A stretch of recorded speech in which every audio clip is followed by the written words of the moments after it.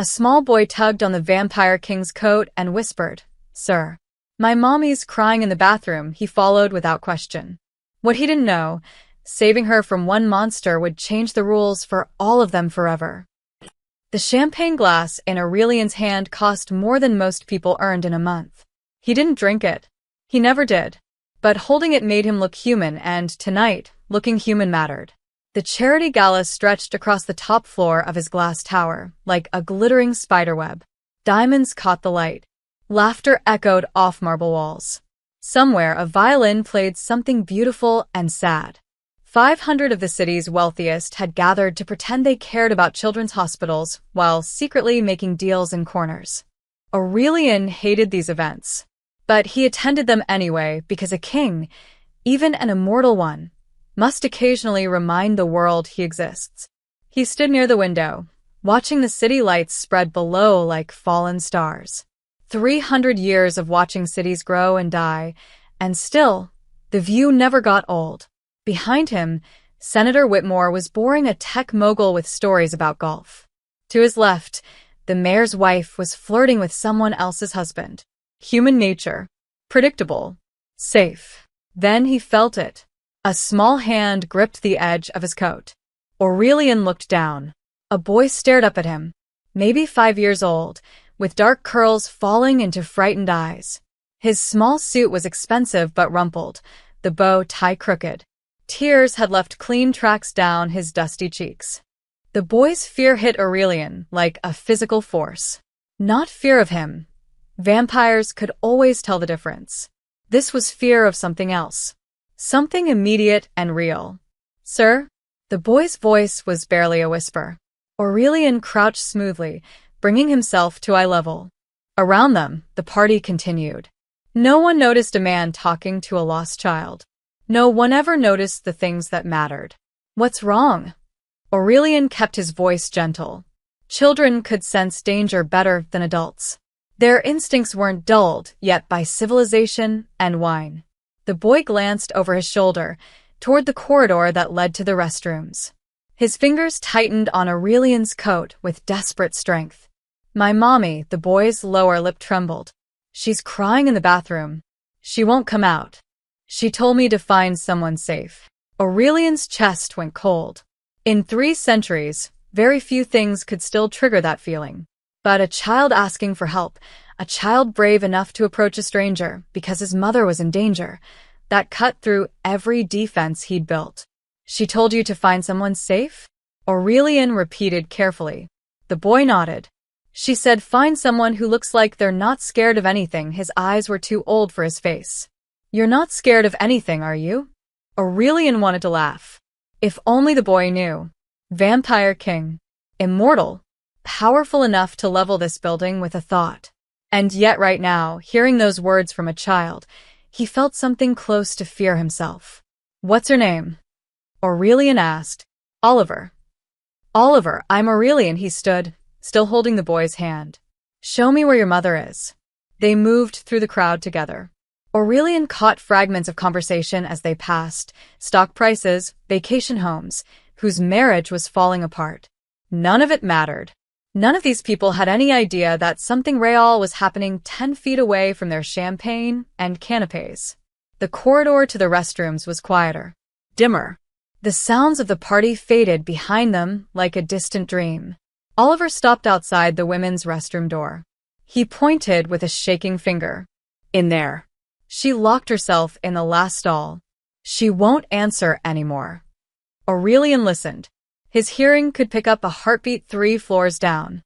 Now, in the silence of the corridor, he heard it clearly, a woman's rapid, terrified breathing behind the restroom door.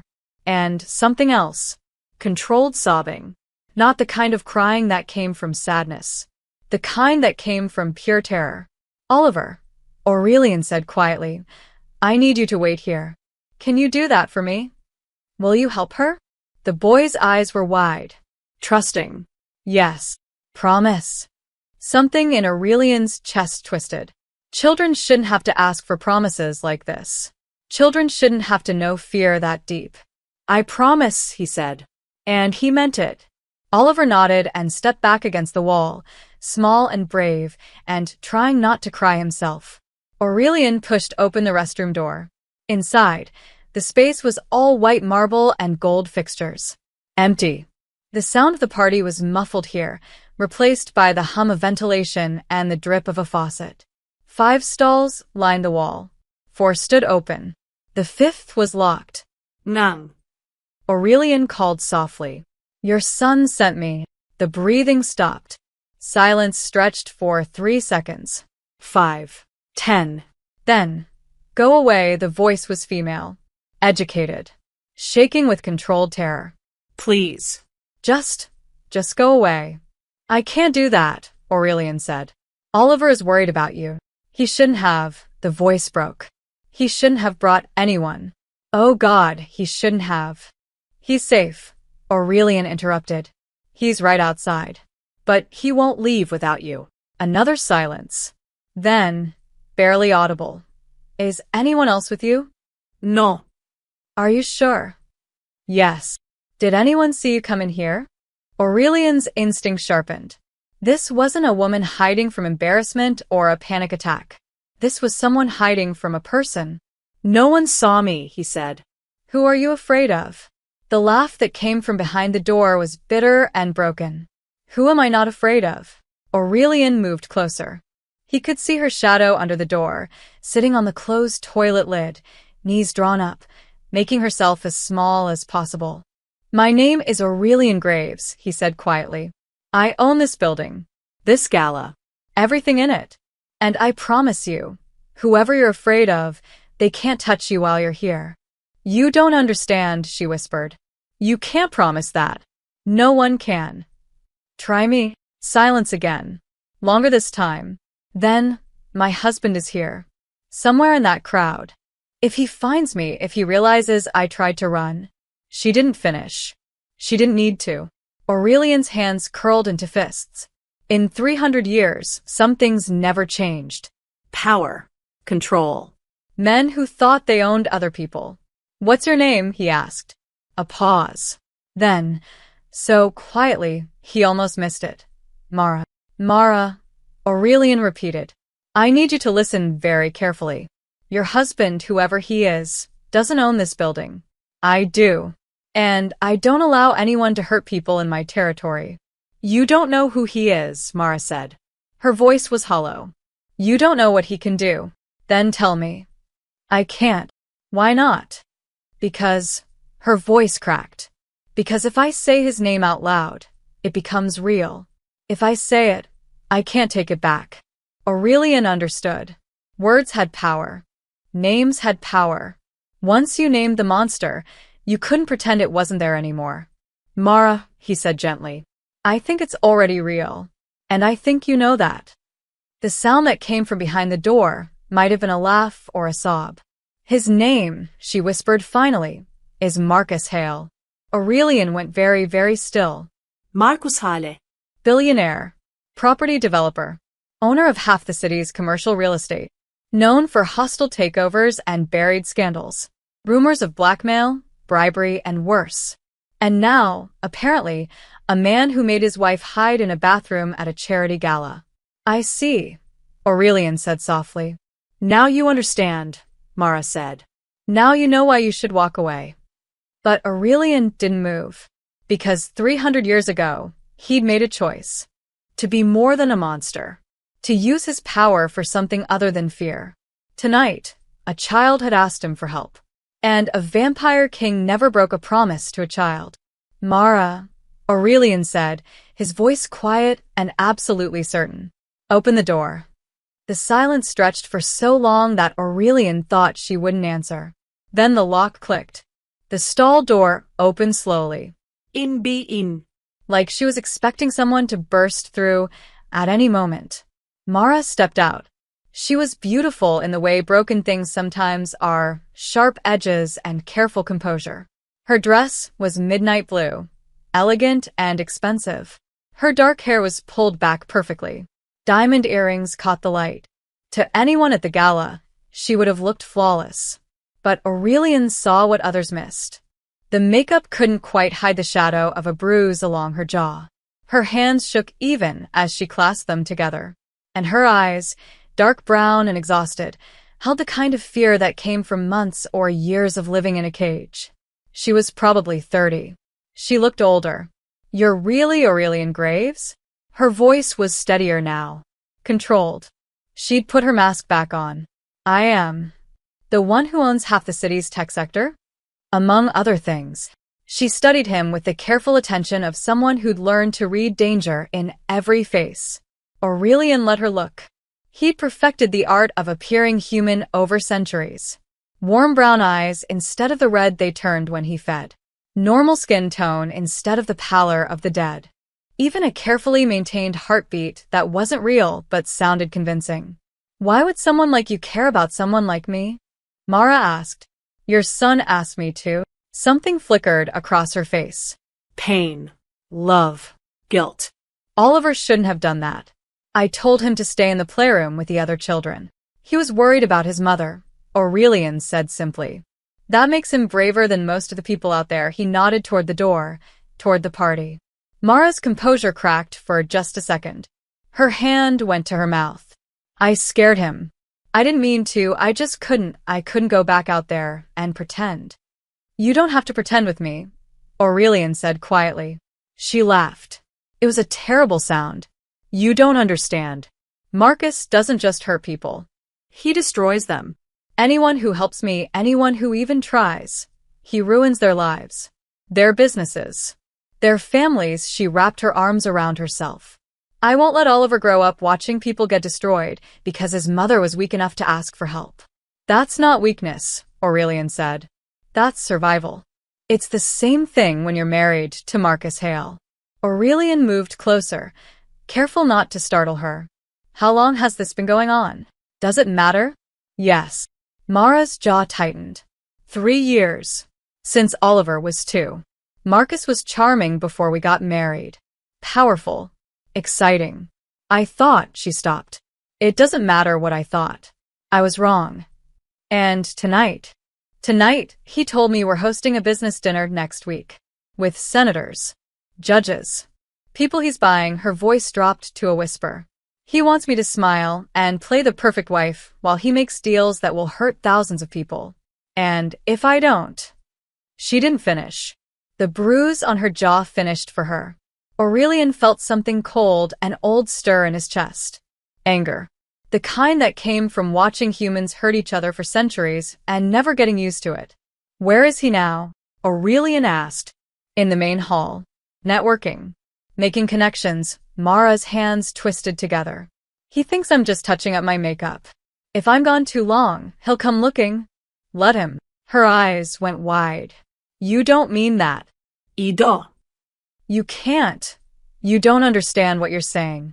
Marcus Hale doesn't lose. He doesn't forgive. If you get in his way. Mara, Aurelian's voice was soft but absolute. Look at me. She did. I have spent a very long time watching men like your husband operate, Aurelian said. They rely on one thing, fear. They make people believe they're untouchable, unstoppable. But they're not, he paused. They're just men who've never met someone they can't intimidate. And you think you're that someone? Mara's voice held disbelief and something else. Something that might have been hope. I know I am. Why? The question burst out of her. Why would you risk everything for a stranger? Aurelian thought about Oliver's small hand gripping his coat. The trust in those frightened eyes. The way the boy had said, you're not scared of anything, are you? Because your son asked me to help his mother, Aurelian said simply. And I don't break promises to children. Mara stared at him. Then, impossibly, tears started sliding down her cheeks. Not the silent, controlled tears from before. Real ones. I don't even know you, she whispered. You don't have to. You just have to trust me for the next 10 minutes. And then what? And then you and Oliver are going to leave this building safely. You're going somewhere Marcus can't find you. And he's never going to hurt you again. Mara shook her head. That's impossible. No, Aurelian said. It's just difficult. There's a difference. For the first time since she'd opened that stall door, something other than fear crossed Mara's face. It looked almost like belief. What do I do? She asked. Aurelian smiled. It was a gentle smile. Human. Warm. He'd save the monster for later. First, he said, we get Oliver. Then we walk out of here like nothing is wrong. Can you do that? Mara straightened her shoulders, lifted her chin, put the mask back on one more time. Yes. Good. Follow me. The service corridor smelled like cleaning supplies and old carpet.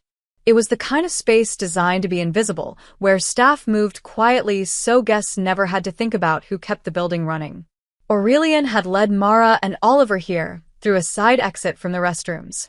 Away from the gala. Away from the champagne and diamonds and predators in expensive suits. Oliver clung to his mother's hand. He hadn't said a word since she'd emerged, just pressed himself against her side like he could make her safer through proximity alone. Where are we going? Mara asked. Her voice was steady, but her free hand trembled against the wall. Somewhere we can talk without interruption, Aurelian said. The corridor opened into a small break room. Fluorescent lights hummed overhead. A coffee maker sat cold and empty on the counter. Through the window, the city glittered below them, oblivious and beautiful and full of people who had no idea what happened in the spaces between their comfortable lives. Aurelian locked the door behind them. Mara immediately moved to put herself between Oliver and Aurelian. Instinct. Protection. Even though minutes ago she'd trusted him enough to follow him here. I'm not going to hurt him, Aurelian said quietly. I know. She stopped. I'm sorry. It's habit. Aurelian understood. When you lived with the monster, everyone started to look like teeth and claws. He pulled out his phone. I'm going to make arrangements. Transportation. A safe location. But I need to know. Does Marcus track your phone? Mara nodded. And my credit cards. And my car has GPS, her voice was hollow. He always knows where I am. Then we leave everything behind. Phone, wallet, jewelry, anything he could trace. I don't have anything else, Mara said. The reality of it seemed to hit her. I don't have money. I don't have friends he hasn't isolated me from. I don't have anywhere to go. Yes, you do, Aurelian said. You have me. Oliver spoke for the first time. Are you a superhero? Aurelian looked down at the boy. Those wide, trusting eyes. No, he said honestly. I'm just someone who doesn't like bullies. My dad's a bully, Oliver said. His voice was matter-of-fact. Children always knew the truth, even when adults pretended otherwise. Mara made a small, broken sound. Aurelian crouched to Oliver's level again. Your dad is going to think he's very powerful for a while longer. But soon, he's going to learn something important. What? That being loud doesn't make you strong. And being cruel doesn't make you a king. Oliver considered this seriously. Then he nodded, like Aurelian had just explained something he'd always suspected but couldn't put into words. Aurelian stood and turned to Mara. I need you to tell me the truth. Does Marcus have people watching you? Security? Bodyguards? Not tonight, Mara said. He doesn't think I'm brave enough to run. And in public, he's always the perfect husband. No one would believe, she stopped. Believe what? That Marcus Hale hits his wife, the words came out flat. He's donated millions to women's shelters. He's on the board of 3 domestic violence prevention charities. He gives speeches about protecting families. Her laugh was bitter. No one would ever believe the truth. Aurelian had seen this pattern before. In different centuries, different cities, different names. But always the same shape, power protecting power, and everyone else paying the price. I believe you, he said simply. Mara looked at him. Really looked at him. Why? You barely know me. Because your son was terrified enough to ask a stranger for help. Because you have a bruise you're trying to hide. And because I've lived long enough to recognize a predator when I see one. He paused. Marcus Hale is good at hiding what he is. But not from me. You say that like you know him. I know of him. There's a difference. Mara's eyes narrowed. What aren't you telling me? Aurelian hesitated. This was the moment. The choice between comfortable lies and dangerous truth. Marcus Hale has business interests that overlap with mine, he said carefully. Real estate, development deals, corporate acquisitions. We've never met personally, but I've been watching his operations for some time. Why? Because men like him leave trails. Patterns. And I've been tracking his for the last 6 months. Mara went very still. Why would you do that? Because powerful men who think they're untouchable eventually become everyone's problem, Aurelian said. I prefer to solve problems before they spread. So, this isn't about helping me, Mara said slowly. This is about Marcus. No, Aurelian said firmly. This started when Oliver asked me to help his mother. Everything else is just logistics. He met her eyes. But I won't lie to you. Removing Marcus Hale from your life means dismantling his power. And I'm going to do that whether you help me or not. Remove him from my life? Mara's voice rose slightly. What does that mean? It means he won't be able to hurt you anymore. You're talking about killing him. It wasn't a question. No, Aurelian said. And he meant it. I'm talking about something much worse than death. Mara stared at him. Oliver pressed closer to his mother. What could be worse than death? She whispered. Aurelian smiled.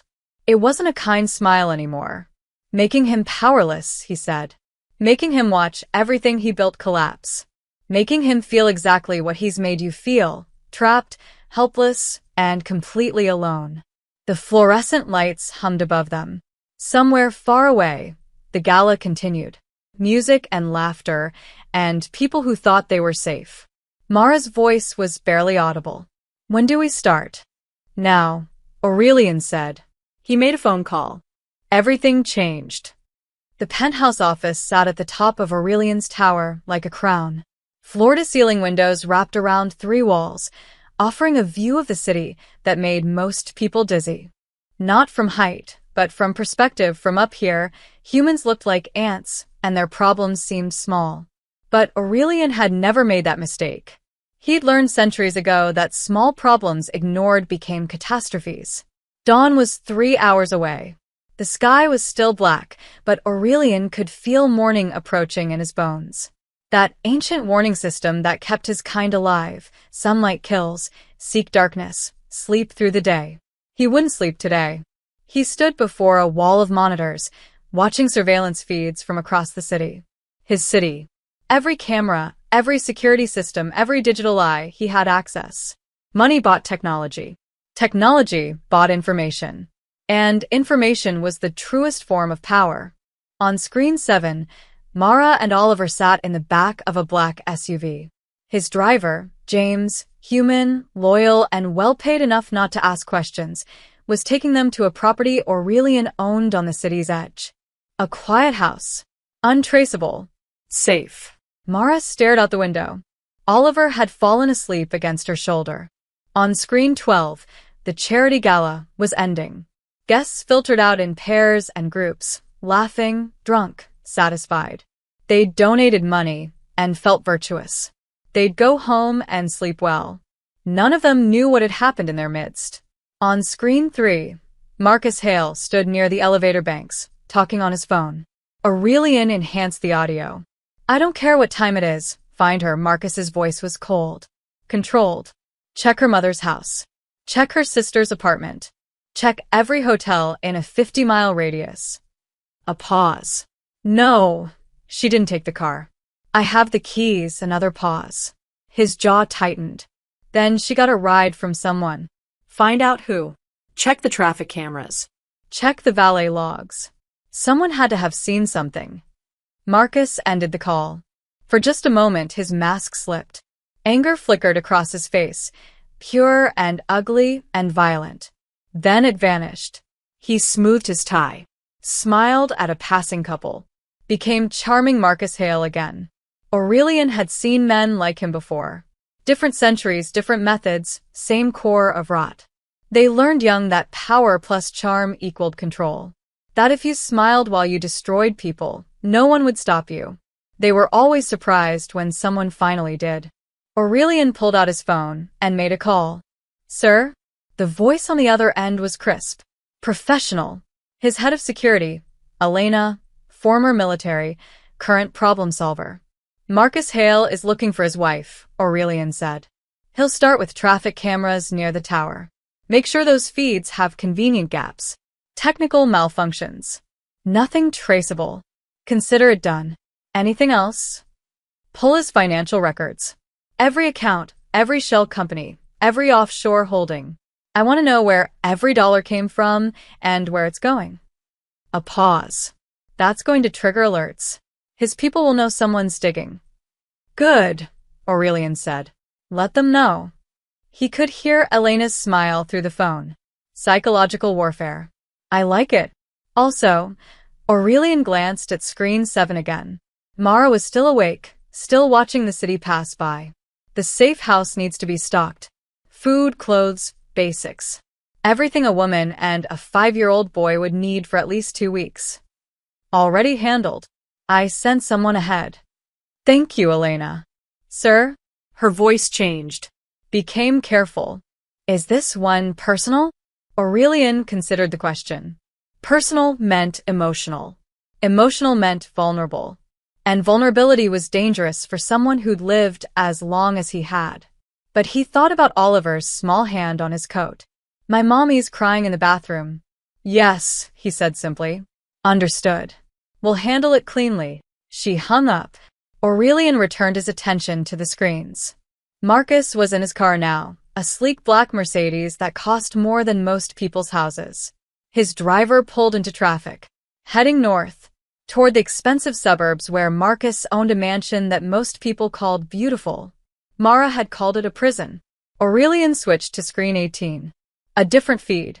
A camera he'd had installed 3 weeks ago in Marcus's corporate headquarters. Insurance, he'd told himself at the time. Preparation. Now he watched Marcus's office. Empty at this hour, but full of secrets. File cabinets. Computers. A safe hidden behind a painting of a ship at sea. Ironic, Aurelian thought. Marcus probably chose that painting thinking it represented adventure, freedom, exploration. He had no idea how soon he'd understand what it meant to be shipwrecked. Aurelian made another call. This one to his lawyer, a woman named Sarah Chen who specialized in corporate warfare and never slept. It's 4 a.m, she answered. I need information on Marcus Hale's business partners. Every contract, every deal, every person who's tied their fortune to his. This is about the wife, isn't it? Sarah's voice was knowing. The one you just relocated to the Riverside property. Aurelian shouldn't have been surprised. Sarah made it her business to know everything. Yes. Good. Hales a bastard. I've been waiting for someone to take him down, papers rustled. I can have preliminary findings by noon. I need them by 8. Then I'll need coffee and authorization to access restricted databases. You have both. Perfect. One more thing. Yes. Are we burning his empire to the ground or just scarring it? Aurelian looked at screen 7 again. Mara was holding Oliver now. The boy had woken up and was asking her something. She was trying to smile, trying to be brave for her son, trying to believe she might actually be safe. We're taking everything, Aurelian said quietly. Every asset, every connection, every piece of power he's built. And we're doing it so slowly, he feels every second of it falling apart. No blood. No blood. Sarah laughed. You're a sadist, you know that. I prefer strategist. Same thing in corporate law. She hung up. Aurelian stood alone in his office, surrounded by screens and secrets and the quiet hum of a city that never truly slept. On screen 3, Marcus Hale arrived at his empty mansion. On screen 7, Mara and Oliver arrived at their new home. Dawn was coming. And with it, war. The kind fought in boardrooms and computer systems and bank accounts. The kind that left no bodies but destroyed lives anyway. Marcus Hale had made a career of that kind of warfare. He just never fought someone who'd been perfecting it for 300 years. The house was small. Not in the way that meant cramped or cheap, but in the way that meant safe. Human-sized. Hidden. Mara stood in the living room as morning light crept through the curtains. Oliver had finally fallen asleep on the couch, wrapped in a blanket someone had left folded on the armrest. His face was peaceful. He looked like a normal 5-year-old again, not a boy who'd had to be brave beyond his years. She hadn't slept at all. "There's food in the kitchen," Aurelian said quietly from the doorway. "Clothes in the bedroom upstairs. Everything's new, untraceable." Mara turned to look at him. In the soft morning light, he looked almost normal. Just a man in an expensive suit who'd happened to help a stranger. Nothing unusual about that. Except everything about it was unusual. "Why are you doing this?" she asked. Not for the first time. "I told you." No, Mara interrupted. "You told me what you're doing and how you're doing it. But not why someone like you would risk everything for someone like me." She gestured around the room. "This house. Your resources. Your reputation. Marcus will come after you when he figures out you helped me. He's welcome to try. You keep saying that like you're not afraid of him." "I'm not." Mara studied his face, looking for cracks. For the moment when the kindness would slip and she'd see what he really wanted. Men like Aurelian, powerful, wealthy, connected, they didn't help people for free. There was always a price. She'd learned that lesson the hard way with Marcus. "What do you want from me?" she asked bluntly. Aurelian blinked. "Nothing. Everyone wants something. Not from you." "Then what?" Her voice rose slightly. She was tired. Scared. And tired of being scared. "What's the catch? When does the bill come due?" Aurelian was quiet for a moment. Then he moved to the window, looking out at the neighborhood. Normal houses. Normal people. The kind of life that probably seemed boring to someone like him. "I'm very old," he said finally. Mara frowned. "What?" "Not in years." In experience, he didn't look at her. "I've seen a lot of people. A lot of situations. And I've learned that the world breaks in predictable ways. Powerful people hurt vulnerable ones. Systems protect the wrong people. And most of the time, nobody does anything about it because it's easier to look away." "So, you're what, a vigilante?" No. "I'm just someone who's tired of looking away." Mara wanted to believe him. God, she wanted to believe him so badly it hurt. But Marcus had seemed kind once too. Charming. Safe. "How do I know you're not just like him?" she whispered. Aurelian turned to face her. His eyes were steady. Come. "You don't. Not yet. But here's what I can tell you. You're free to leave whenever you want. There are no locks on the doors except the ones you control. There's money in the kitchen drawer. $5,000 cash. Enough to disappear if you don't trust me." Mara's breath caught. "You're giving me cash?" "Yes." "Why would you do that if you want to help me?" "Because help isn't help if you can't say no to it," Aurelian said simply. "You've spent 3 years trapped. I won't trap you again, even with good intentions." Something in Mara's chest cracked. Not broke, cracked. Like ice beginning to thaw. She walked to the kitchen. Opened the drawer he'd indicated. Inside, next to the silverware, was a white envelope. She opened it with shaking hands. $1,500 bills. Real. Tangible.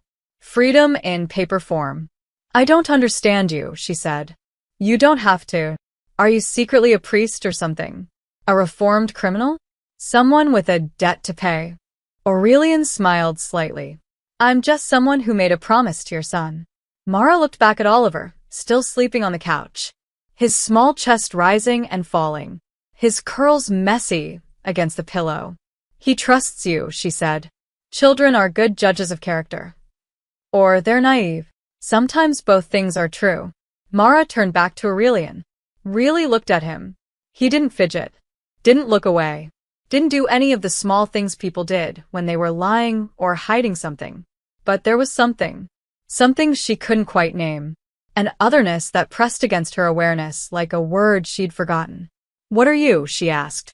Aurelian went very still. "What do you mean?" "I don't know. You feel different. Like you're not quite," she stopped. It sounded insane, even to her own ears. "Never mind. I'm just tired." "You should rest," Aurelian said. His voice was carefully neutral. "You're safe here.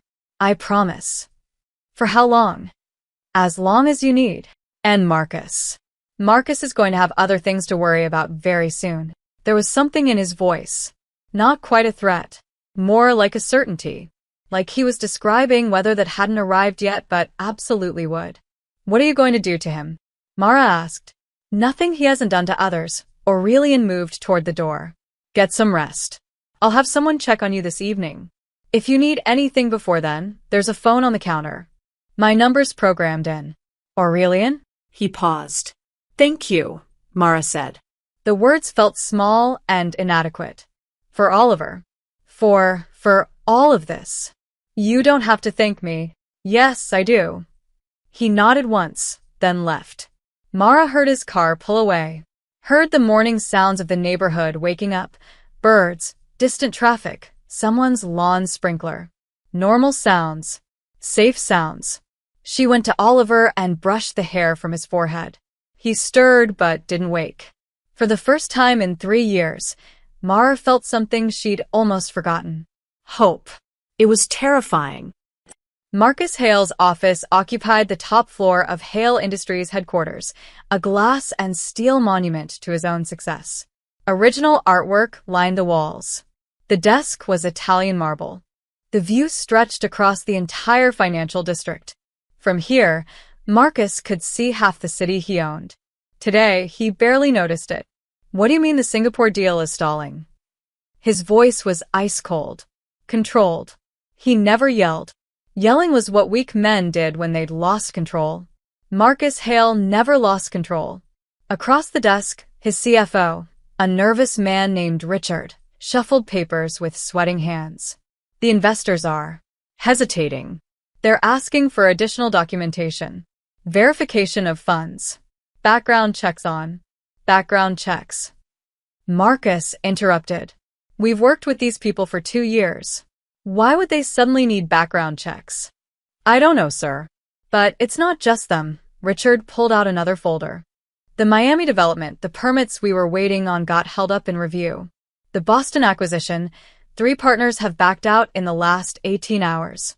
And the offshore accounts. What about the offshore accounts? Richard's hand trembled slightly. Someone's been requesting transaction records. Official channels. We think it might be federal. Marcus went very still. The kind of stillness that made smart people nervous. Federal, he repeated softly. Or corporate espionage. We're not sure yet. How long has this been happening? We first noticed it yesterday morning. But after analysis, the request started 3 weeks ago. Small things. Easily missed. Now Richard trailed off. Now they're what? Everywhere, sir. It's like someone's pulling threads. One here, one there. Nothing dramatic. But enough that the whole fabric is starting to. I understand the metaphor, Richard. Marcus stood and walked to the window. The city stretched below him. His city. Built deal by deal. Threat by threat. Carefully cultivated fear by fear. Someone was touching it. Someone was touching what belonged to him. What about Mara? He asked quietly.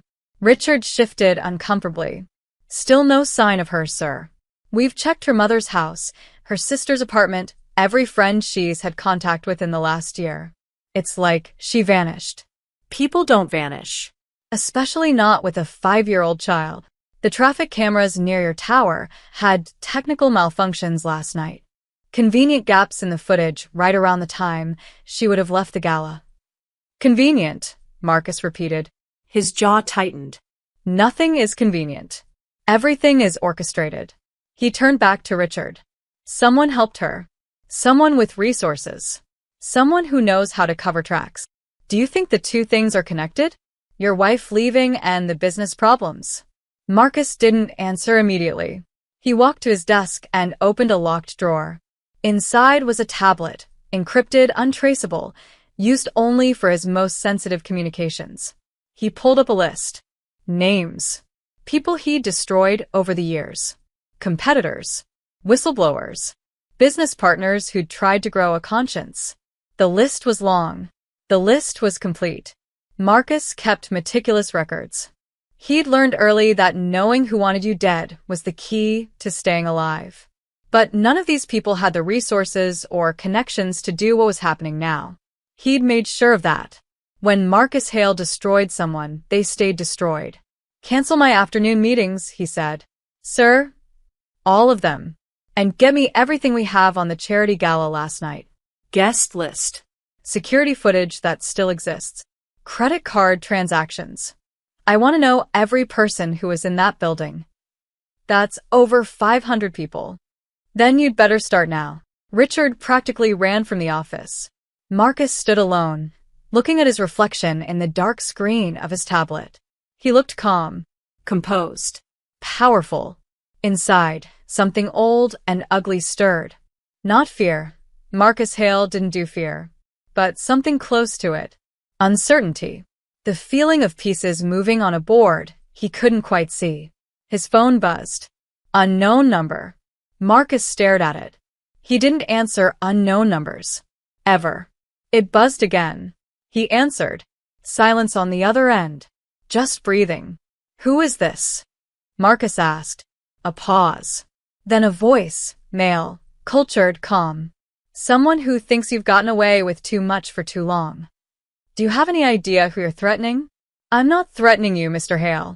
I'm informing you, the voice was almost gentle. Everything you've built is held together by fear and favors and dirty secrets. I'm going to expose all three. Slowly. Methodically. Until there's nothing left but you, standing in the ruins, wondering how it all fell apart. Marcus's hand tightened on the phone. If you've touched my wife. Your wife. The voice held genuine surprise. Mr. Hale, I haven't touched anything. She left you. All on her own. Because even the most frightened bird eventually realizes the cage door is open. I'll find her. And I'll find you. You're welcome to try. But I think you'll find you have more pressing concerns. A pause. Check your stock price. The line went dead. Marcus pulled up the financial markets on his computer. Hale Industries stock was dropping. Not crashing. Nothing dramatic enough to trigger panic. Just sliding. Steadily. Like someone was carefully, precisely, bleeding it dry. He refreshed the page. Down another point. Refresh. Down another. Someone was selling. Large positions. Creating doubt. Creating questions. Creating fear. Marcus Hale sat in his expensive chair, in his expensive office, in his expensive building, and felt something he hadn't felt in 15 years. Helplessness. Somewhere in the city below, someone was playing a game. And for the first time in his life, Marcus wasn't sure he knew the rules. His phone buzzed again. His head of security. Sir, we have a problem. Someone just leaked the Miami project environmental reports to the press. The real ones. Marcus closed his eyes. It was starting. Aurelian didn't believe in quick deaths. Not because he was cruel. He'd had 3 centuries to outgrow unnecessary cruelty. But because quick deaths were mercies, and men like Marcus Hale didn't deserve mercy.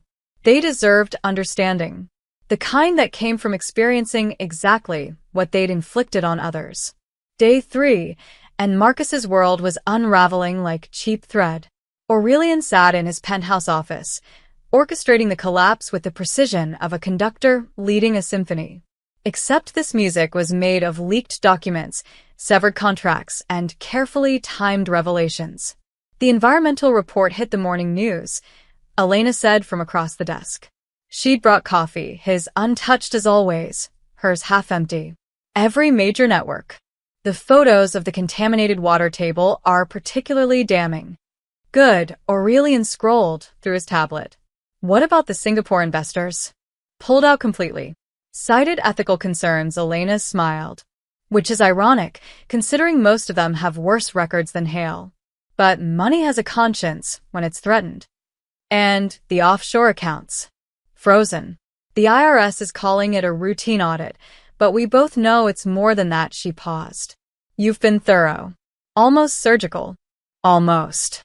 You're leaving him breathing room. Small pockets of capital. Minor assets. Why? Aurelian looked up from the tablet. Because desperation is only useful if someone's still capable of feeling it. If I take everything at once, it's just shock. He'd shut down. Go numb. So you're Elena considered. You're making him watch. Making him fight for every piece as it slips away. Yes. That's actually worse than killing him. I know. Elena studied him with the careful attention of someone who'd worked for him long enough to recognize patterns. This really is personal, isn't it? Aurelian thought about Oliver's small hand. Mara's controlled sobbing behind a locked door. The bruise she'd tried to hide. He made a child afraid, Aurelian said quietly. That's as personal as it gets. His phone rang. Sarah Chun, his lawyer. Tell me something good, Aurelian said. Hale's business partners are turning on each other. 3 lawsuits filed this morning. Everyone's trying to distance themselves from the environmental scandal, papers rustled. Also, the Boston deal collapsed completely. The property's back on the market, at a significant loss for Hale. How significant? 42 million. Good. What else? I found something interesting in his corporate structure. Shall I send it over? Please. Aurelian's tablet chimed. He opened the file Sarah had sent. Shell companies. Dozens of them. All leading back to Marcus Hale, but hidden behind layers of legal complexity. Money laundering. Tax evasion. Fraud on a scale that would make federal prosecutors salivate. This is enough to put him away for 20 years, Aurelian said. At least, Sarah agreed. Should I forward it to the appropriate authorities? Aurelian hesitated. Prison would be justice. Quick. Clean. Final. But Mara had spent 3 years in a prison of Marcus's making. 3 years of fear and bruises and carefully controlled terror. 20 years in federal custody seemed too easy. Not yet, Aurelian said. Let him sweat a little longer. You're enjoying this. No, Aurelian said honestly. But I'm not sorry about it either.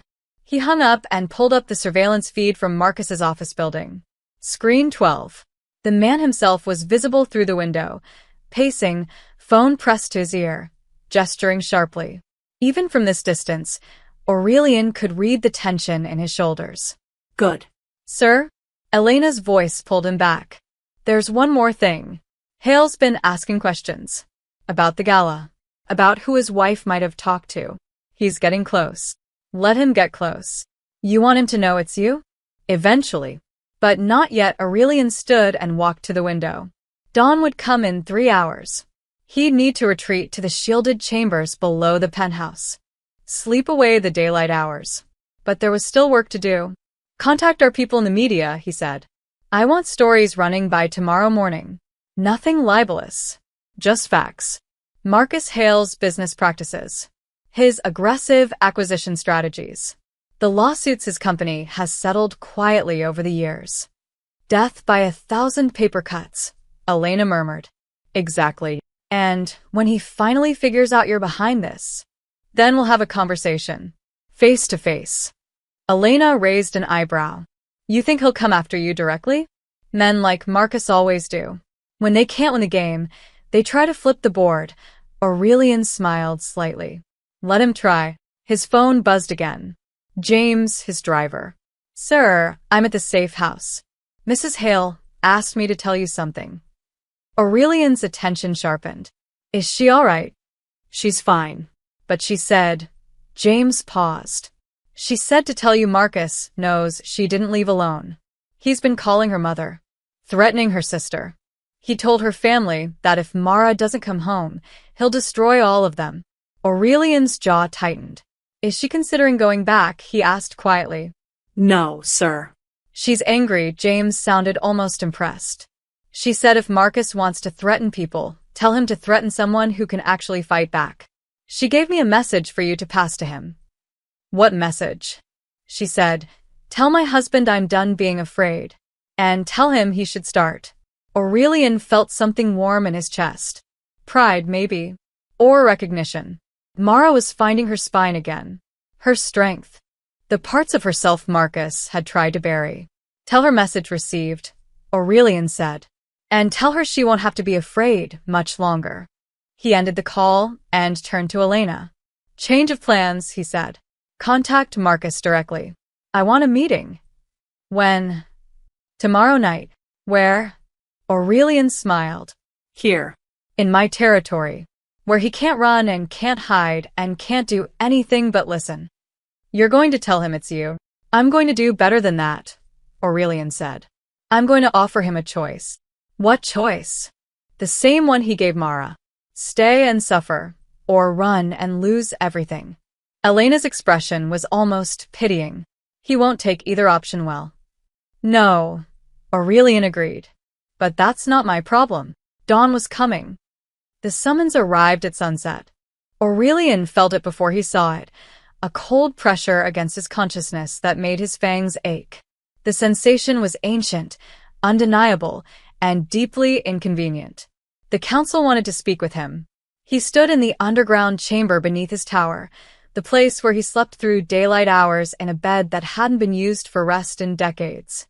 Vampires didn't need much sleep. Just darkness. Safety from the sun that would turn them to ash.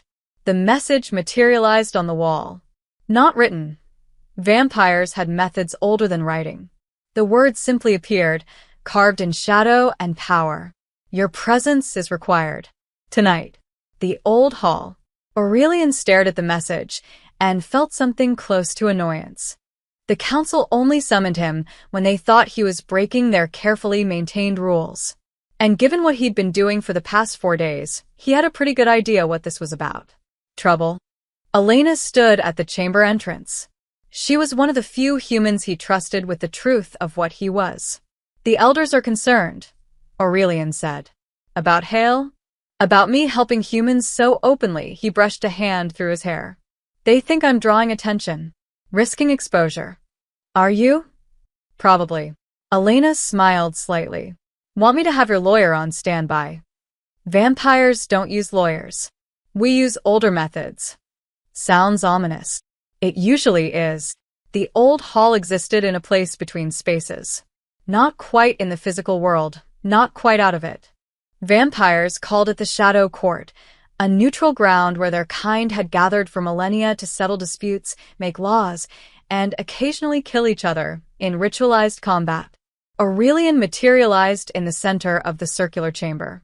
Stone walls rose around him, carved with symbols older than written language. Torches burned with flames that cast no heat. And seated in a semicircle before him were the 5 eldest vampires in the region. The council. At the center sat Kasha, ancient, powerful, and perpetually disappointed in the younger generations.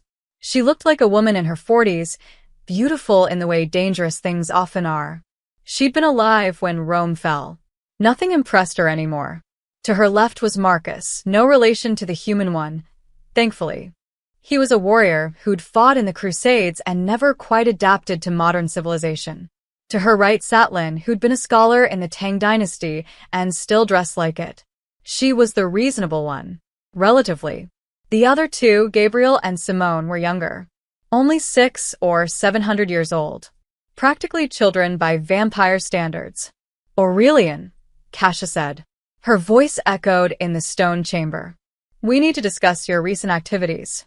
I assume that's why I'm here. You've been dismantling a human's business empire. Publicly. Dramatically. Drawing attention to yourself, she leaned forward. Why? Because he deserved it. That's not an answer. It's the only answer I have. Marcus the vampire spoke next. You're protecting a human woman and her child. You've relocated them. Provided resources. Declared open war on another human, his voice was hard. Disapproving. You're acting like a knight, not a king. Perhaps I'm both. You're risking exposure, Gabriel said. If this Marcus Hale realizes what you are, if he tells others. He won't, Aurelian interrupted. You can't know that. Yes, I can. Because in 2 days, Marcus Hale won't have the credibility to tell anyone anything. And even if he did, who would believe him? Lynn spoke for the first time. Her voice was quiet, thoughtful. This isn't about exposure. Not really. It's about precedent. She looked at the other council members. Aurelian is establishing a pattern. If he helps this woman, others will expect the same. Humans will start coming to him for protection, for justice. Is that so wrong? Aurelian asked. It's dangerous, Kasha said firmly. We survive by staying hidden, by not interfering in human affairs. The moment we start playing hero, we become targets. We're already targets. We have been for centuries. Aurelian stepped forward. The only difference is whether we hide in the shadows like prey or stand in the light like what we actually are, apex predators who've chosen not to hunt. Chosen, Marcus scoffed. You make it sound noble. We don't hunt because it's practical. Because mass feeding leads to mass panic, leads to mass extermination. Exactly, Aurelian said. We don't hunt because we're smart enough to know that terror-based rule eventually destroys the ruler. So, why do we still govern ourselves through fear? Silence. You're proposing change, Lynn said slowly. I'm proposing evolution. You're proposing chaos, Cassius snapped. For 3,000 years, our kind has survived by following simple rules. Don't draw attention. Don't interfere. Don't give humans reason to hunt us. And now you want to throw all of that away because a child asked you for help. Yes, Aurelian said simply. That's insane. That's humanity. You're not human anymore. No, Aurelian agreed. But I remember what it was like. And I remember that the worst monsters I ever met weren't vampires. They were men who'd convinced themselves that power meant they could do whatever they wanted without consequence. He looked at each council member in turn. Marcus Hale is one of those men. And if we, with all our power, all our resources, all our supposed superiority, can't stop men like him, then what's the point of any of this? He gestured at the hall around them. Why have power if we're too afraid to use it for something other than self-preservation? Because self-preservation is what keeps species alive, Gabriel said. No, Aurelian countered. Adaptation is what keeps species alive. And we stopped adapting centuries ago. So you'd risk all of us for one human woman? Cash's voice was ice. I'd risk all of us for a better world. Mara just happens to be where that starts. Simone, who'd been silent until now, finally spoke. What happens when you finish with this Hale? When the woman is safe and the child is protected, do you go back to hiding? Or do you keep playing hero? It was a fair question. Aurelian considered it honestly. I don't know, he admitted. But I know I can't go back to pretending I don't see what's happening around me. Not anymore. Cassius stood. The movement was fluid, predatory. Then we have a problem. Because if you continue down this path, you put all of us at risk. And if you put us at risk, you'll do what? Aurelian asked quietly. Challenge me? Remove me from power? Kill me? If necessary, then do it now. Here. In front of the council, Aurelian spread his arms. Because I'm not stopping. I made a promise to a child, and I'm going to keep it. The chamber fell silent. Cassius stared at him. 5 seconds. 10. Then she sat back down. You've changed, she said finally.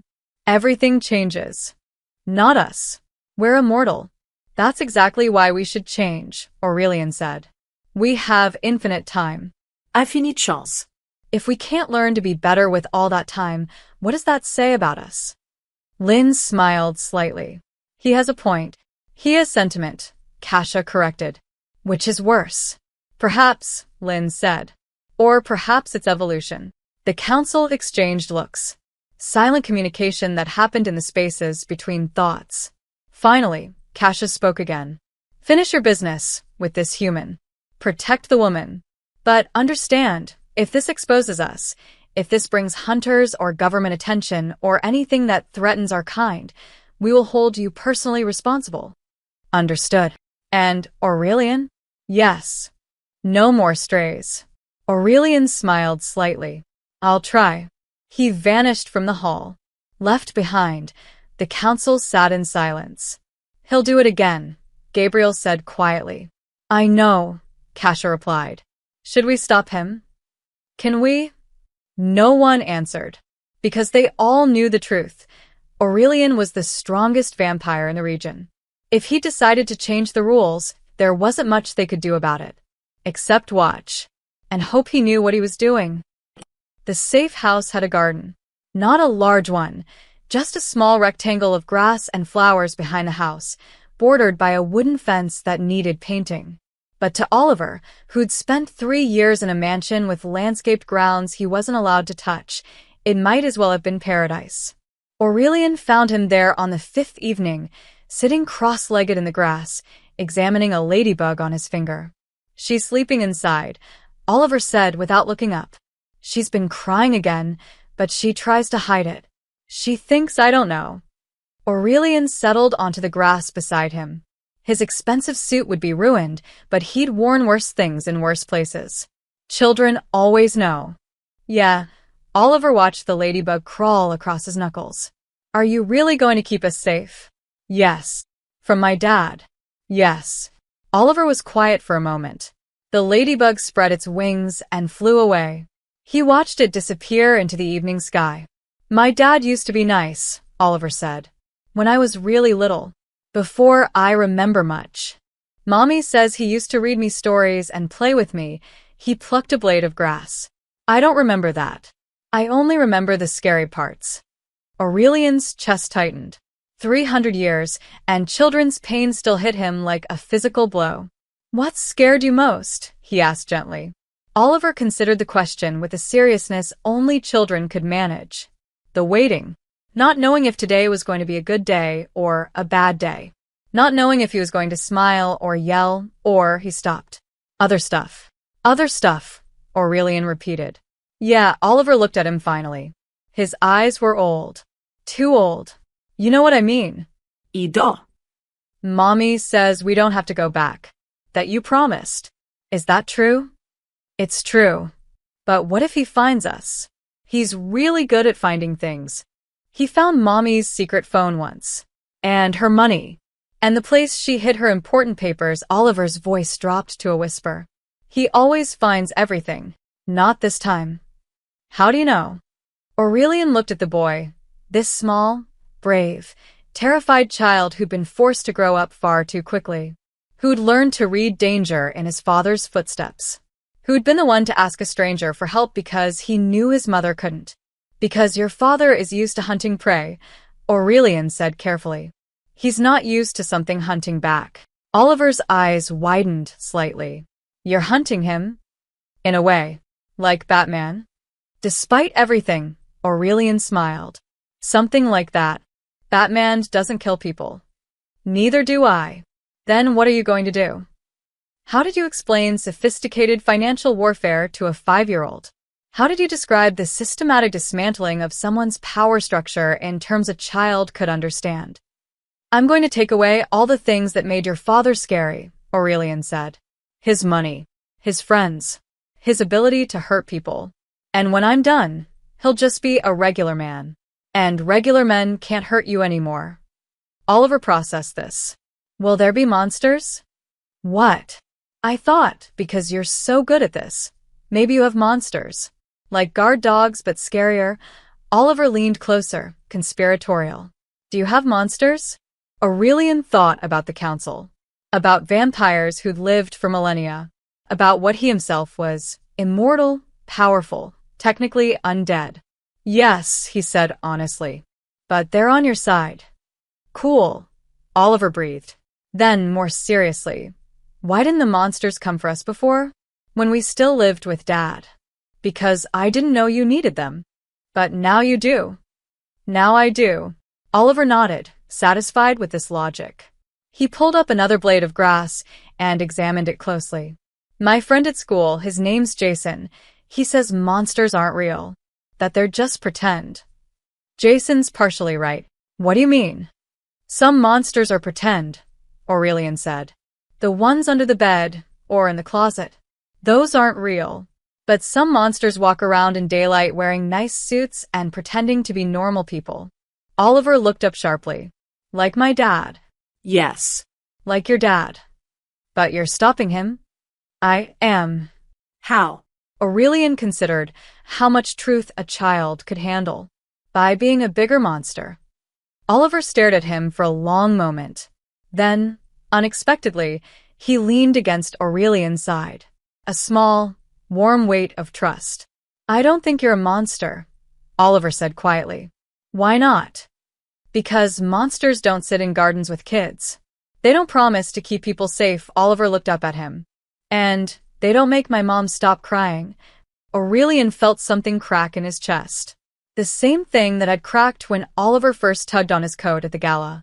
The part of him that had thought, after 3 centuries, that he'd lost the ability to care about individual humans. He'd been wrong. Oliver, Aurelian said quietly. Can I tell you something important? Okay. The monsters you should be afraid of aren't the ones with fangs or claws. They're the ones who smile while they hurt you. The ones who make you think you deserve it. The ones who convince you that nobody will believe you if you tell. Like Dad, Oliver whispered. Like your dad. But here's what's important. Those monsters only have power if nobody stands up to them.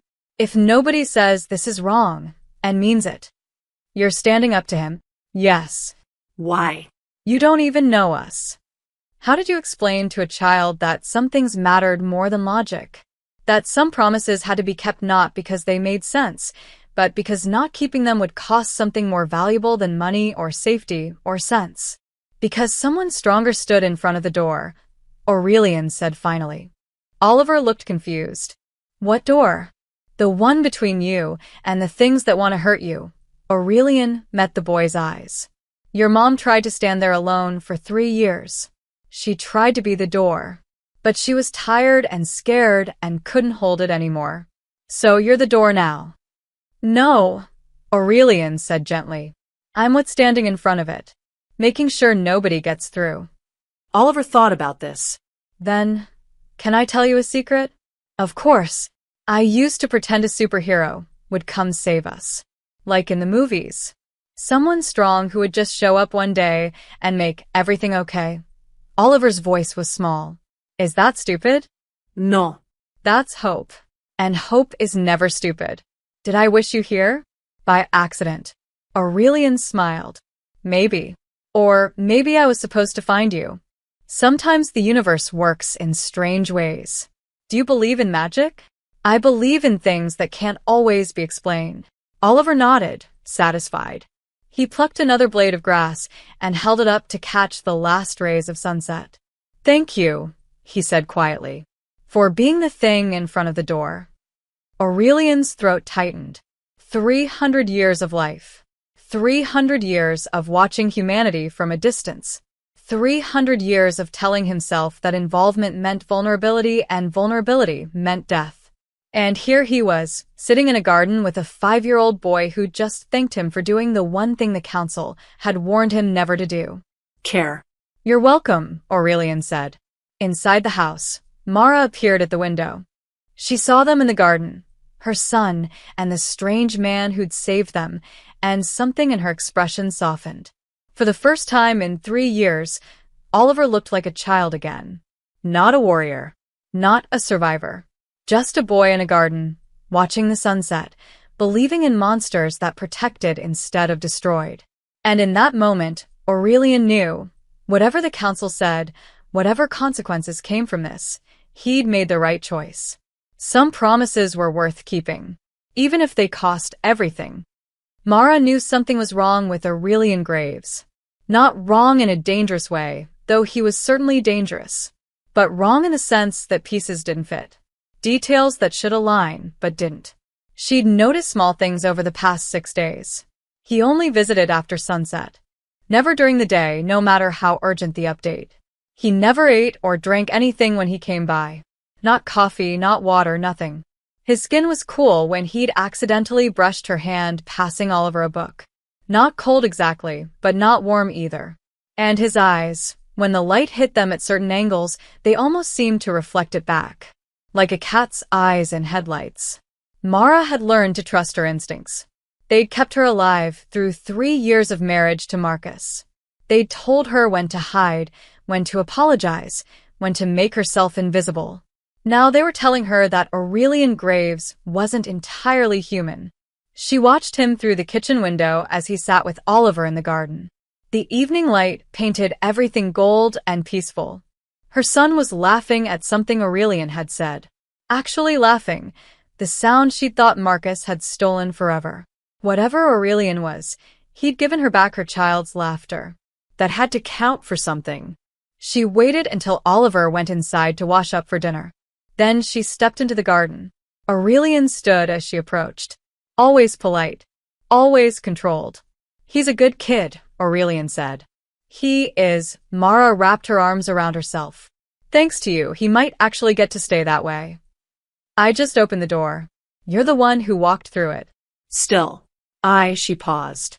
Aurelian, can I ask you something? His expression shifted. Became careful. Of course. What are you? Silence. The evening birds kept singing. Somewhere a dog barked. Normal sounds in a normal neighborhood. But between them, the air felt suddenly heavy. What do you mean?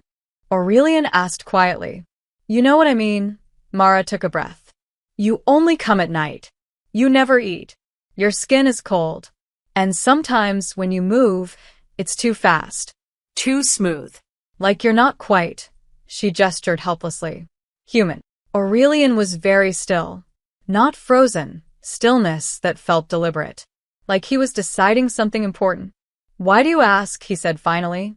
Because I need to know who I've trusted with my son's life. Mara's voice was steady despite her racing heart. Because I've spent 3 years living with secrets and lies, and I can't do it anymore. Even good secrets. Even kind lies. And if the truth is something you can't unknow, then I'll deal with it. But I need to hear it. Aurelian looked at her for a long moment. She saw something in his eyes. Conflict, calculation, and underneath it all, something that might have been loneliness. Can you handle the truth? He asked. Really? Evahendeld veres. Have you? Mara thought about Marcus's fists. The fear. The isolation. The slow death of being trapped with someone who enjoyed your suffering. Yes, she said firmly. I have. Aurelian nodded slowly. Then he stepped closer, close enough that she could see the texture of his skin in the fading light. Perfect. Flawless. Like marble carved by a master sculptor. I'm 347 years old, he said quietly. I was born in 1678. Turned in 1703. And I haven't been human since. Mara's breath caught. Turned. Into what I am now, he met her eyes. Vampire. Immortal. Undead. Whatever term you prefer. The word hung between them like a blade. Vampire. Mara's rational mind screamed that it was impossible. That vampires were fiction movie monsters, things that didn't exist in the real world. But her instincts, the same ones that had kept her alive, whispered that it made perfect sense. Prove it, she said. Aurelian smiled slightly. There was no humor in it. Are you sure? Yes. He opened his mouth. His canines extended, smooth, natural, sharp as surgical steel. His eyes shifted from warm brown to deep crimson. And for just a moment, she saw him as he truly was. Predator. Ancient. Powerful beyond human comprehension. Then he blinked, and he was Aurelian Graves again. Suited, controlled, polite. Mara should have screamed. Should have run. Should have grabbed Oliver and fled into the night. Instead, she started laughing. It was a half-hysterical sound, born of stress and relief and absurdity. What's funny? Aurelian asked carefully. I left a human monster. Mara gasped between laughs, and ended up being saved by an actual one. She wiped her eyes. God, my life is insane. You're not afraid. I'm terrified, Mara said honestly. But not of you, she took a shaky breath. Marcus used to tell me I was crazy. That nobody would believe me if I told them what he did. That I was seeing things that weren't there. You weren't. I know. But for 3 years, he made me doubt my own mind. Made me think maybe I was broken. Maybe I deserved it, she looked at Aurelian. And now I find out the person who actually saved me is something that shouldn't exist. Something impossible. Does that change things? Mara thought about it. Really thought about it. Aurelian had protected them. Hidden them. Destroyed Marcus's empire piece by piece, without shedding a single drop of blood. He'd sat with Oliver in the garden and made her son feel safe for the first time in years. Vampire or not, he'd been kinder than any human she'd known. No, she said finally. It doesn't change things. Why not? Because you're still the person who promised my son we'd be safe. And you're still the person who kept that promise, she smiled slightly. Being a vampire just explains why you're so good at it. Aurelian looked surprised. Actually surprised. Like he'd expected a different reaction. Most humans don't take it this well, he admitted. Most humans haven't been married to Marcus Hale. Mara wrapped her arms around herself. You could drain me dry right now, couldn't you? Kill me before I could scream? Yes. But you won't. No. Why not? Because I don't feed on unwilling humans. I haven't for 200 years. Then what do you feed on? Blood banks. Donations. Willing volunteers who understand what I am, he paused. It's not perfect, but it's better than being a monster. You're not a monster, Mara said quietly. I'm literally undead. Marcus is alive and breathing, and he's more of a monster than you'll ever be. She met his crimson eyes without flinching. Being human doesn't make you good, and being a vampire doesn't make you evil. Aurelian stared at her. You really believe that? I've lived with both kinds. I know which one I prefer. Something shifted in his expression. Softened. Thank you. For what? For not screaming.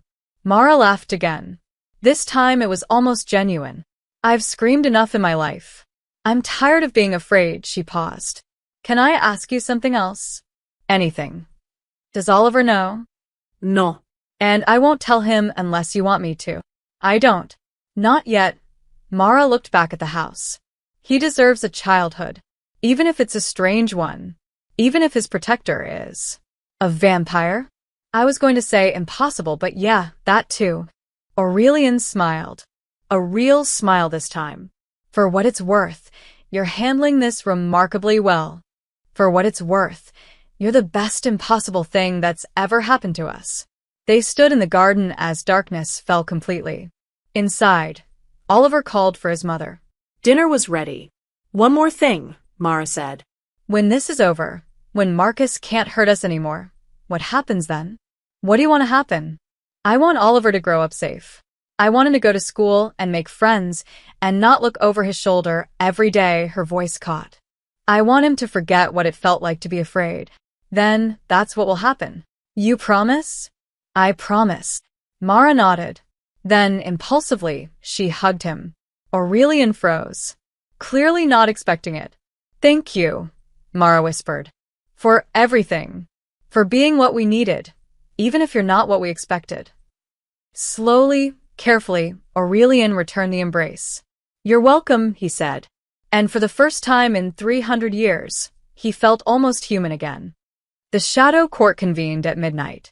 All 5 council members were present, seated in their ancient stone chairs.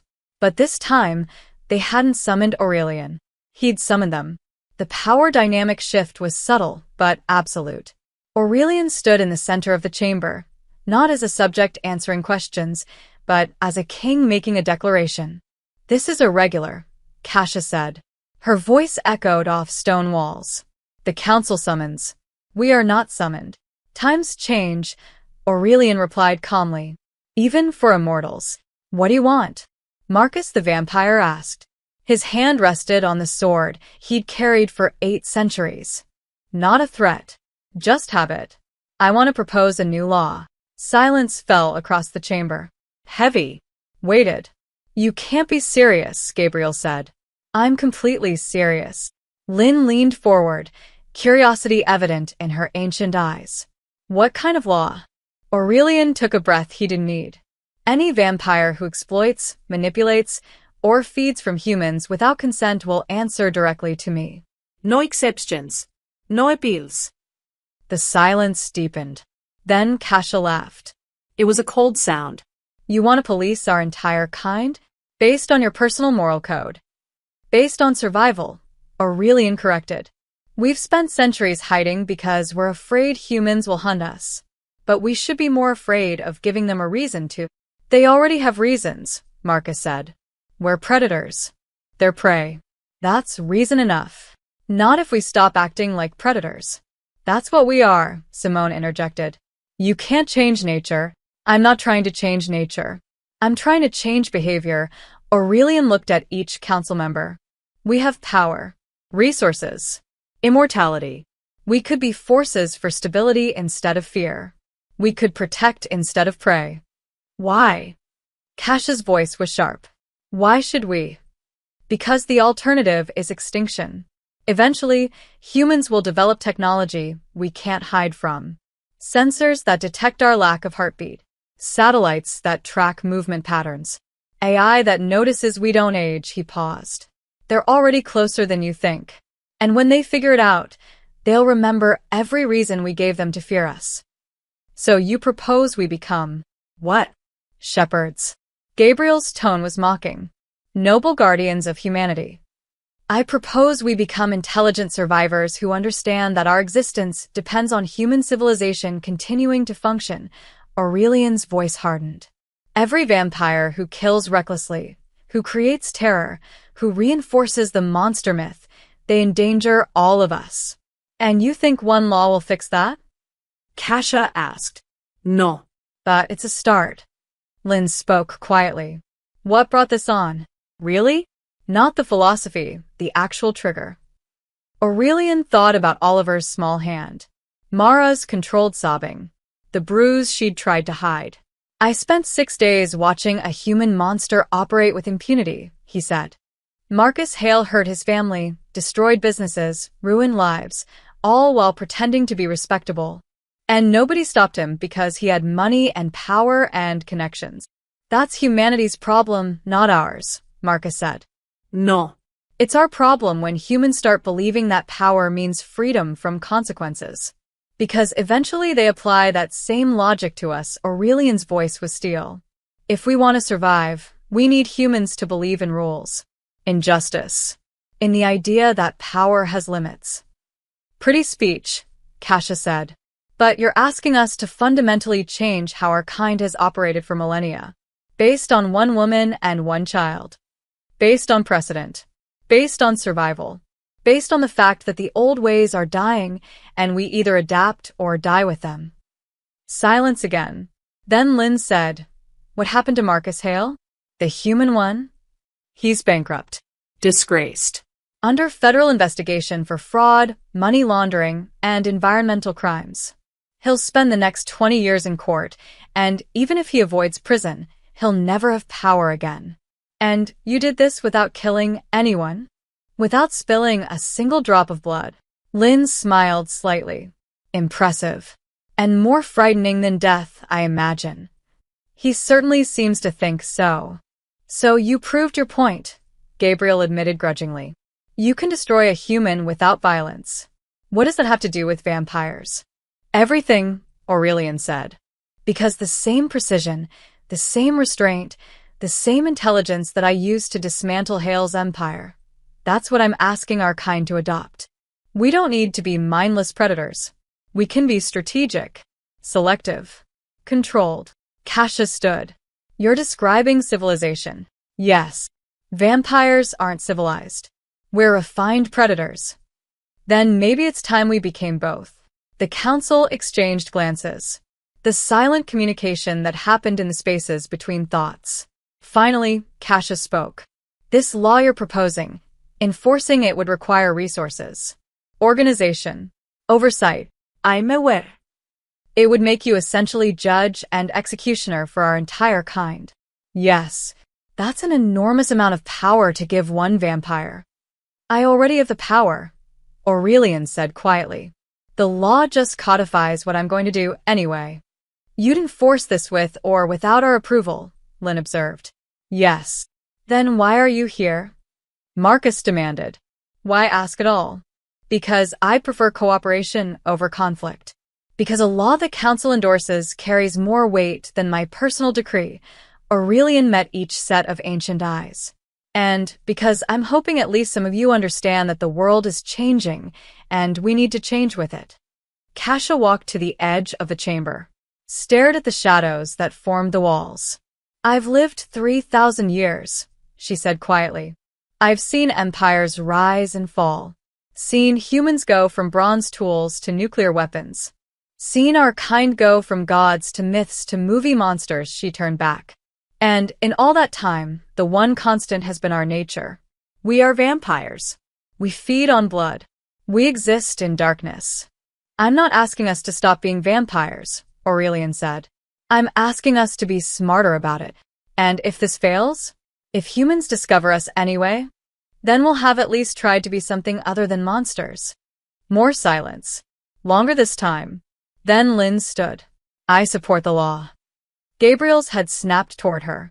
You can't be serious. I'm ancient enough to recognize when change is inevitable. We can guide it or be crushed by it, she looked at Aurelian. How would enforcement work? Reports come to me. I investigate. If a vampire is found guilty of exploiting or harming humans without cause, they face consequences. What consequences? Proportional to the crime. Restriction of territory. Removal of privileges. In extreme cases, forced hibernation or execution. You'd kill your own kind to protect humans? Marcus was incredulous.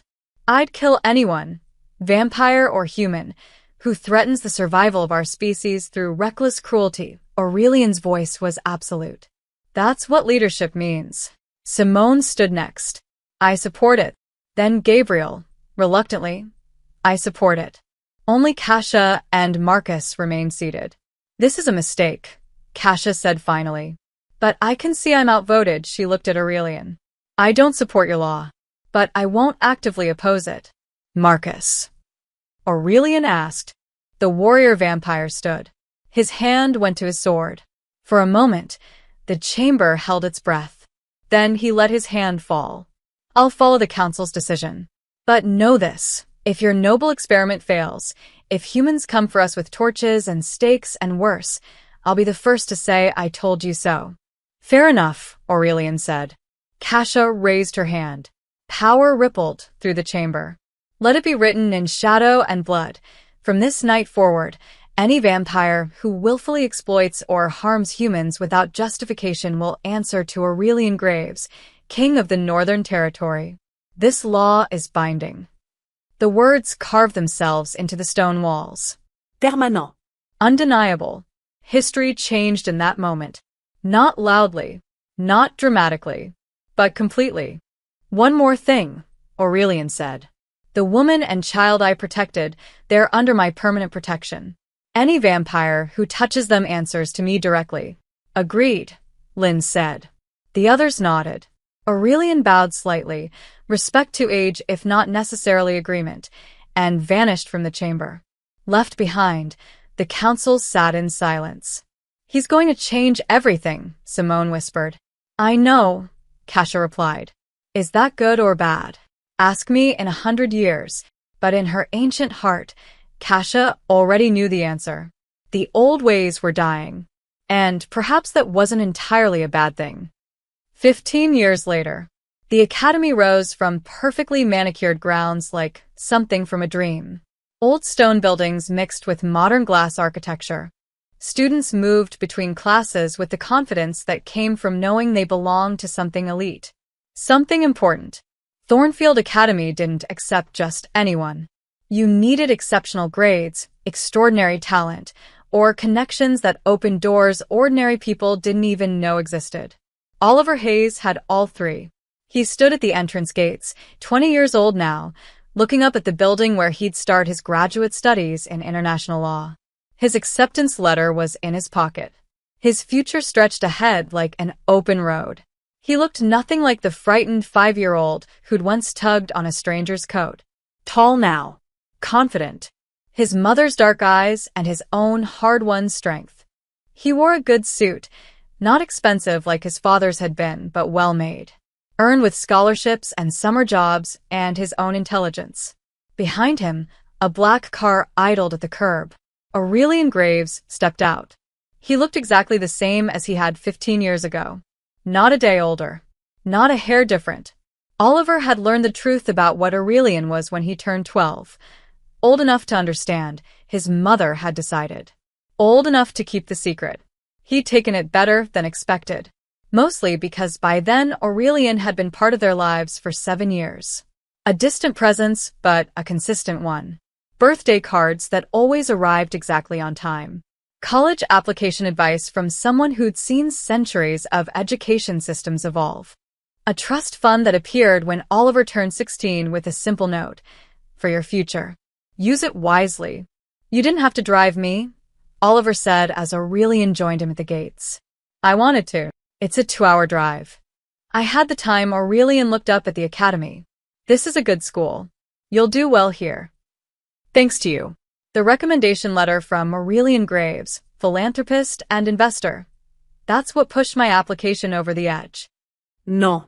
Your grades and your thesis on corporate accountability and international law did that. I just opened a door you were already qualified to walk through. Oliver smiled. You've been opening doors for me my whole life. That's what family does. The word hung between them. Family. Not by blood. Not by any conventional definition. But family nonetheless. Have you seen Mom lately? Oliver asked. Last month. She's doing well. The nonprofit is expanding to 3 more cities. Oliver felt pride warm his chest. His mother had started a domestic violence support organization 5 years ago. Used her experience, her pain, her survival to help others escape the same trap she'd been in. She called it Second Doors, a reference to the bathroom door she'd hidden behind and the life door that had opened after. She'd become powerful in her own right. Not Marcus Hale's wife anymore. Not even Oliver's mother primarily. Mara Hayes, activist and advocate. Woman who'd survived and was determined to help others do the same. And Marcus? Oliver asked. The name still tasted bitter. Still in minimum security prison. Financial crimes. He'll be eligible for parole in 8 years. Aurelian's voice was neutral. He won't get it. You'll make sure of that. I'll make sure the parole board remembers exactly who he is and what he did. Oliver nodded.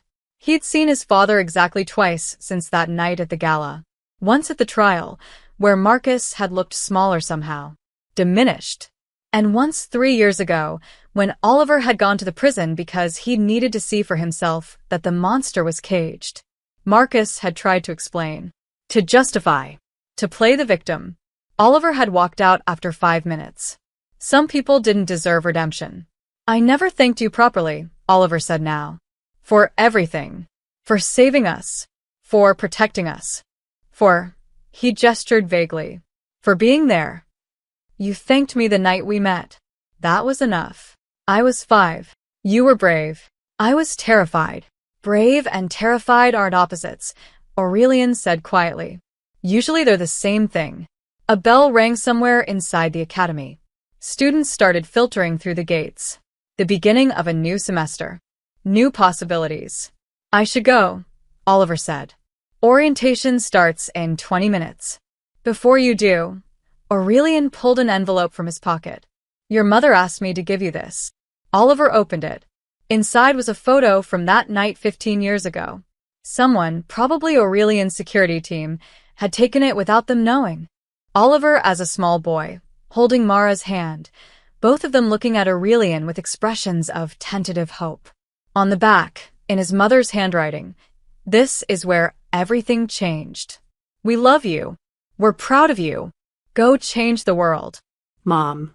And below that, in different handwriting, elegant, old-fashioned. Make sure it's a change for the better.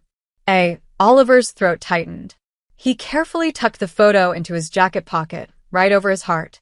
Tell her I will, he said. Change the world for the better. Tell her yourself. She's coming to visit next month. Good. Oliver held out his hand. Aurelian shook it. The grip was firm, cool, eternal. One question, Oliver said. That night at the gala, what made you help us? Really? I've never actually understood. Aurelian was quiet for a moment. Then, I've lived a very long time, seen a lot of people, a lot of situations. And I've learned that the world breaks in predictable ways. Powerful people hurt vulnerable ones. Systems protect the wrong people. And most of the time, nobody does anything about it. So, you decided to be the someone who did. No. You decided that. When you were brave enough to ask a stranger for help, Aurelian smiled slightly. I just had the resources to answer. Still, you didn't have to. Yes, I did. Because some promises matter more than safety.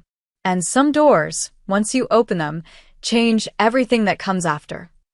Oliver looked back at the academy, at his future, at the life that had been impossible 15 years ago when he was a frightened child in his father's house. The bathroom door, he said softly. What? That's what Mom calls it. The door that changed everything. She was hiding behind it, crying, terrified.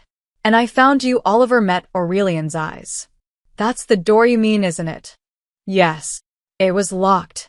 She wouldn't come out, but eventually she did. Because you promised she'd be safe.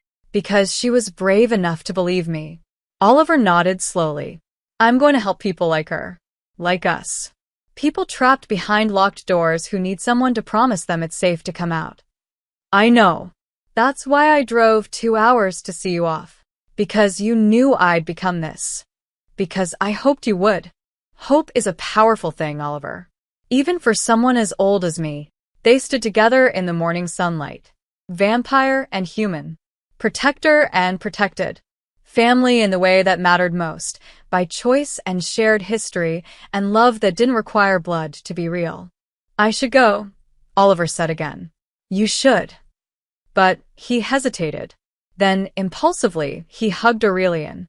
Quick, brief, warm. Thank you, Oliver whispered. For everything. For all of it. For being the monster who protected us from monsters. Aurelian returned the embrace carefully. You're welcome. Now go. You're going to be late. Oliver pulled back, grinned, and walked through the academy gates. Aurelian watched him go. Watched the confident stride, the straight shoulders, the absolute absence of fear. That frightened 5-year-old had grown into exactly the kind of person the world needed. Somewhere in a minimum security prison, Marcus Hale existed as a cautionary tale. Somewhere across the city, Mara Hayes was helping another woman escape another monster. And here, walking into an elite academy, was Oliver, living proof that one moment, one choice, one promise kept could change everything. Aurelian returned to his car. The sun was climbing higher. He'd need to return to the city before it got too bright. Find darkness. Safety. But he paused before getting in. On his phone was a message. From Elena, his head of security. New case. Woman and 2 children. Husband is a state senator. She's afraid. Asking for help. What do you want me to do? Aurelian thought about the council. About the law he'd pushed through 15 years ago. About the dozen cases since then where he'd intervened. Where vampires had chosen protection over predation. The old ways were dying. Slowly. Imperfectly. But dying nonetheless. He typed back. Give me the address. I'm on my way. Because some doors needed opening. Some promises needed keeping. And some monsters, the right kind, needed to stand between the darkness and the people who couldn't fight it alone. Aurelian Graves drove away from the academy as morning light painted the world gold and hopeful. Behind him, Oliver Hayes walked into his future. Ahead of him, another locked door waited to be opened. And in between, a vampire king remembered what it meant to be more than a monster. One choice at a time. One promise at a time. One door at a time. Forever.